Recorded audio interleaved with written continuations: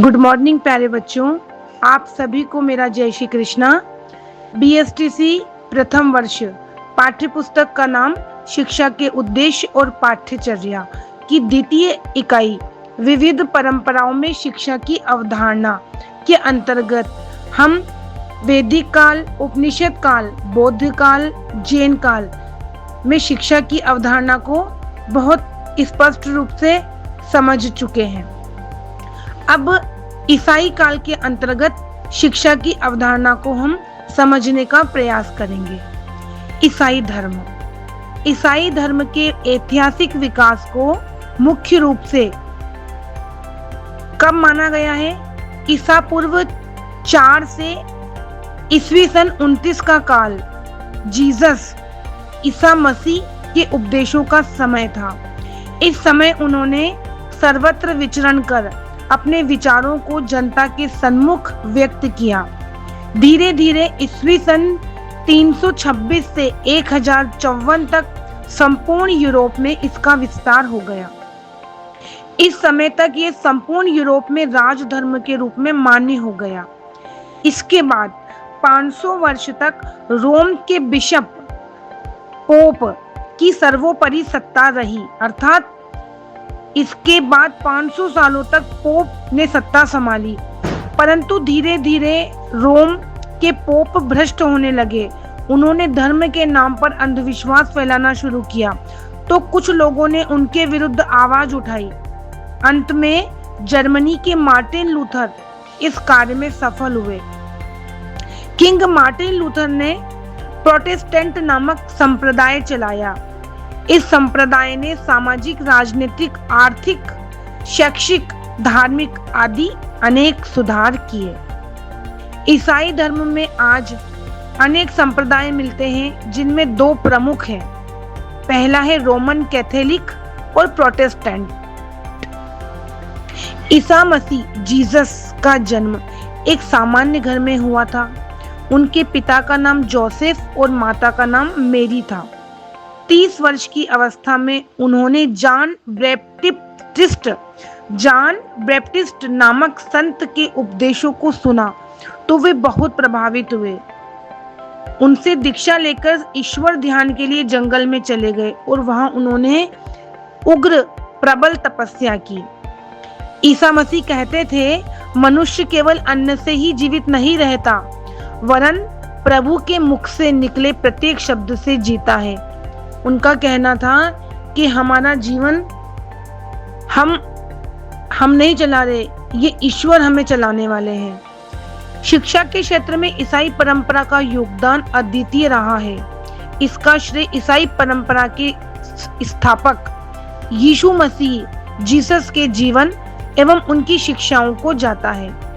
ईसाई पवित्र शास्त्र में एक ग्रंथ है जिसका नाम बाइबल, जिसमें इनके धर्म ग्रंथों की सभी बातों को बताया गया है, जिसका पालन ईसाई लोग बड़ी निष्ठा और लगन से करते हैं, बड़ी आस्था से करते हैं। धर्म प्रांत के प्रधान 1500 वर्षों से अधिक समय की अवधि में लिखे गए इस पवित्र शास्त्र के 2 भाग हैं।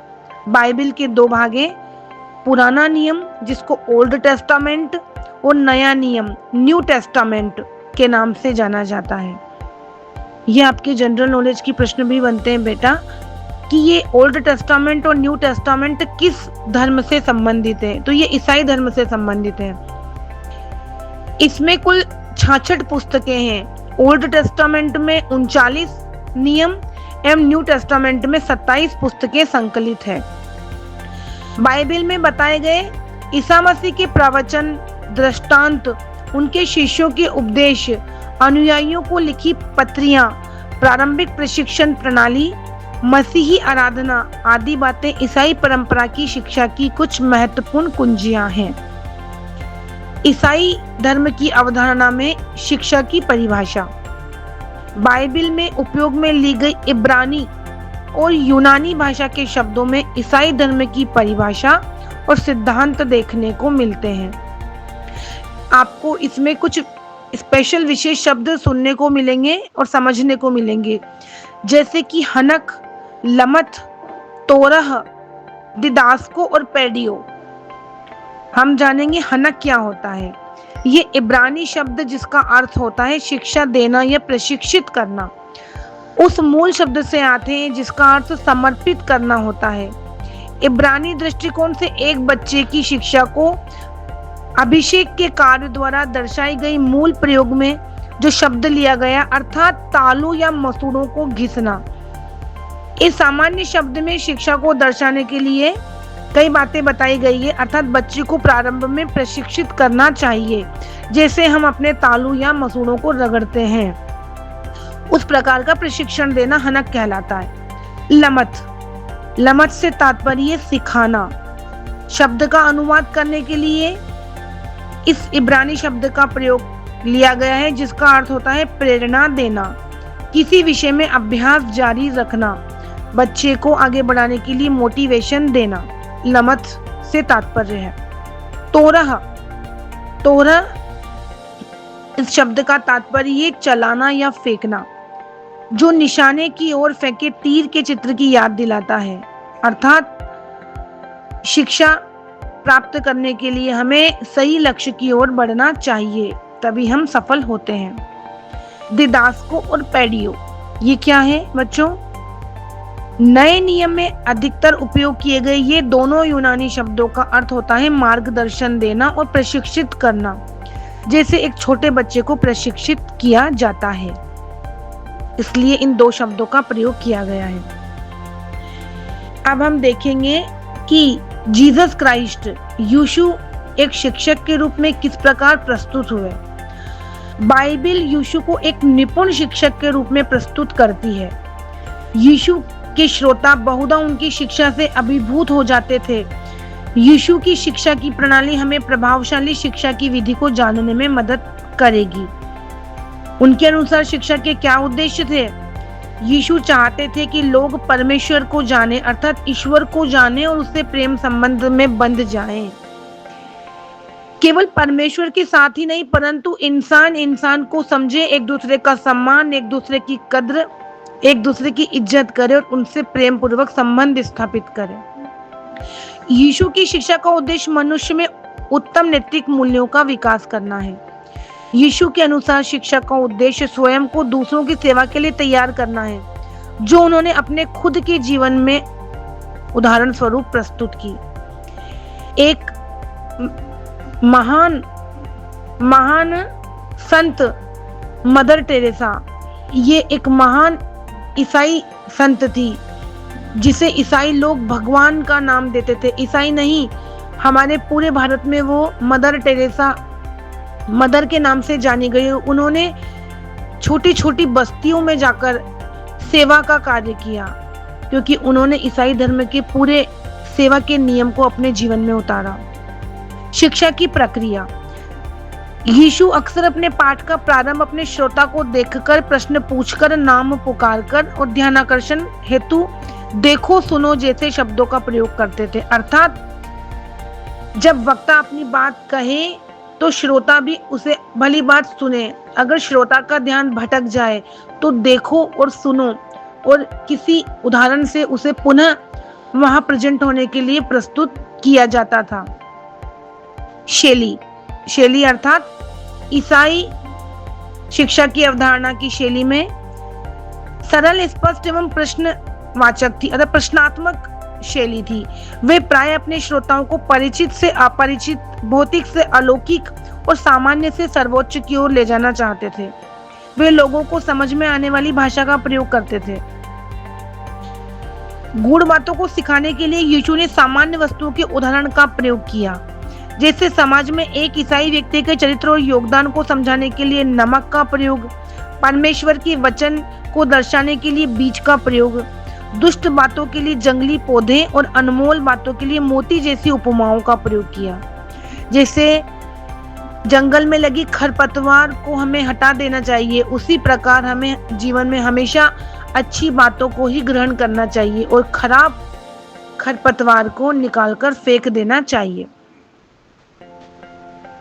यीशु अर्थात ईसाई धर्म में प्रश्नों को प्रयोग करके अध्यापन कार्य पे जोर दिया गया है। कहानियों का प्रयोग करके, प्रवचनों का प्रयोग करके पढ़ाने के पर जोर दिया गया है। ईसाई परंपरा और आधुनिक शिक्षा। हमने देखा कि ईसाई धर्म में किस प्रकार की शिक्षक और किस प्रकार की शिक्षा दी जाती थी। अब ईसाई परंपरा और आधुनिक शिक्षा की तुलनात्मक अध्ययन हम देख रहे हैं। प्रारंभिक ईसाई चिंतक और विचारकों ने शिक्षा में खास रुचि नहीं दिखाई थी। प्रथम शताब्दी में ईसाई शिक्षा के दो प्रमुख धरातल थे। पहली शिक्षा परिवार में दी जाती थी और दूसरी शिक्षा धार्मिक प्रवचन सभाओं में दी जाती थी। प्रारंभिक ईसाई शिक्षा का विकास ऐसी पृष्ठभूमि में जहां सांस्कृतिक प्रभाव यूनानी और राजनीतिक प्रभाव रोमन था। माता पिता द्वारा घर में ही बच्चों को अनौपचारिक प्रशिक्षण को प्रारंभिक ईसाई परंपरा में अत्यंत महत्वपूर्ण माना जाता था। आज भी बच्चों के प्रारंभिक मानसिक विकास में माता पिता का योगदान विशेष माना जाता है। कालांतर में शिक्षा के लक्ष्य को पूरा करने के लिए विविध शैक्षणिक पद्धतियों का विकास हुआ। प्रारंभिक चर्च की शिक्षा की शुरुआत कैटेक्यूमेन, ये एक शब्द आया है, शब्द स्पेशल शब्द, इस पर आप सभी ध्यान केंद्रित करें। कैटेक्यूमेन पाठशाला से होती थी। यूनानी भाषा से आए इस शब्द का अर्थ होता है निर्देश या सूचना। इस प्रकार की शिक्षा में दिए गए सवाल का जवाब विद्यार्थी गीतों के माध्यम से देते थे।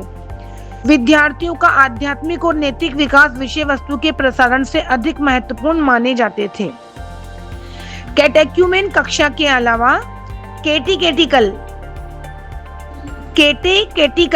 विद्यालयों की भी स्थापना हुई थी, जिसमें भावी नेतृत्व प्रदान करने वालों के विचार और जीवन को तैयार करने हेतु विविध विद्याओं एवं दर्शन की शिक्षा दी जाती थी। इन कैटेकेटिकल विद्यालयों में वैज्ञानिक दृष्टिकोण एवं स्वतंत्रता के माहौल में विविध पाठ्यक्रमों को पढ़ाया जाता था। संत ऑगस्टिन, जो रोम में भाषण कला के शिक्षक थे, प्रारंभिक ईसाई शिक्षा के अग्रणी शिक्षकों में से एक माने जाते हैं। सेंट ऑगस्टिन की पुस्तक, ये महत्वपूर्ण पुस्तक है और बहुत इंपॉर्टेंट क्वेश्चन है। द टीचर, ये किसने लिखी है? सेंट ऑगस्टिन ने लिखी है। इन्होंने लिखा है कि एक शिक्षक को प्रत्येक विद्यार्थी की अनोखी विशेषताओं को ध्यान में रखकर उसे शिक्षा देनी चाहिए। देखो बच्चों, कितनी विशेष बात ईसाई काल में रहे अध्यापकों ने बताई और द टीचर नाम की इतनी महत्वपूर्ण पुस्तक लिखी।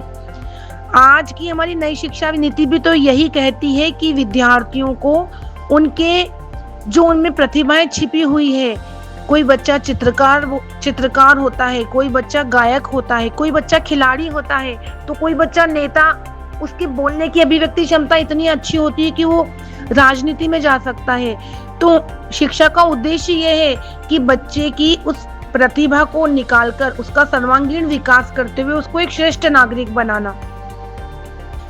आगे बताया गया है कि पवित्र ग्रंथों को सीखने के लिए उन्हें पढ़ना, कृतियों की नकल करना, आराधना में उपयुक्त गीतों को गाना और पर्वों का समय तय करने के लिए कैलेंडर पर दिन गिनना, यह सब उस काल में सीखा जाता था। 9वीं और 10वीं सदी में दर्शन शास्त्र और ईसाई शास्त्र के संयुक्त प्रभाव से ईसाई नेताओं ने एक सिद्धांत का विकास किया, जिसे क्या बोलते हैं? स्कोलेसिस्टिज्म कहा गया है। उस थॉमस एक्विनास इस मत के संस्थापक माने जाते हैं। थॉमस एक्विनास का समय कब था? सन 1225 से 1274 का। इस पद्धति में शिक्षक समस्या प्रस्तुत करते और विद्यार्थी उसके पक्ष और विपक्ष में समाधान देते थे।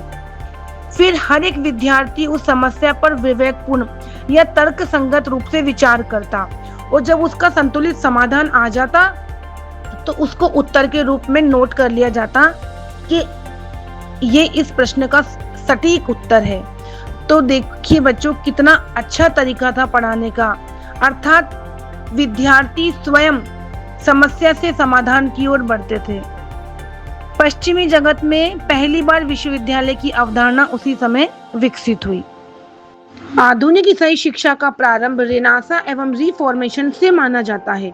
आधुनिक शिक्षा की शुरुआत कई व्यक्तियों और आंदोलनों से प्रभावित हुई। उसमें टेसिटेरियस, इरास्मस, जिन्होंने स्त्रियों में शिक्षा का प्रचार किया। जॉन लुइस विवेस की पुस्तक ऑन ट्रांसमिशन ऑफ नॉलेज पुनर्जागरण की सबसे प्रगतिशील पुस्तक मानी जाती है। जॉन कामेनियस को आधुनिक शिक्षा का पिता माना गया है। कामेनियस ने जीवन के प्रथम 24 वर्षों को 4 समान श्रेणियों में बांटा, जिसमें प्रथम माँ के घुटनों की पाठशाला से शुरुआत करते हुए विश्वविद्यालय शिक्षा की ओर गमन किया। इस प्रकार ईसाई शिक्षा ने नए सोपान की ओर बढ़ते कदम से एक प्रगतिशील समाज का निर्माण हुआ। इस प्रकार हमने ईसाई काल में शिक्षा की अवधारणा को समझने का प्रयत्न किया। अब हम आगे इसी क्रम को जारी रखेंगे और फिर नए वीडियो में इसको देखेंगे। मैं आशा रखती हूँ कि आप इसे लिंक के जरिए भी, QR कोड के जरिए भी अच्छे से पढ़ पाएंगे घर पर। साथ ही इसे अन्य बच्चों को भी शेयर करें और सब्सक्राइब करें, ताकि जैसे ही आपको दूसरा इसकी इकाई प्राप्त होती है तो आप बिल्कुल सचेत हो जाएं और निरंतर वीडियोस देखते रहें और अपना अध्ययन जारी रखें। आप सभी को जय श्री कृष्णा, जय हिंद, जय भारत।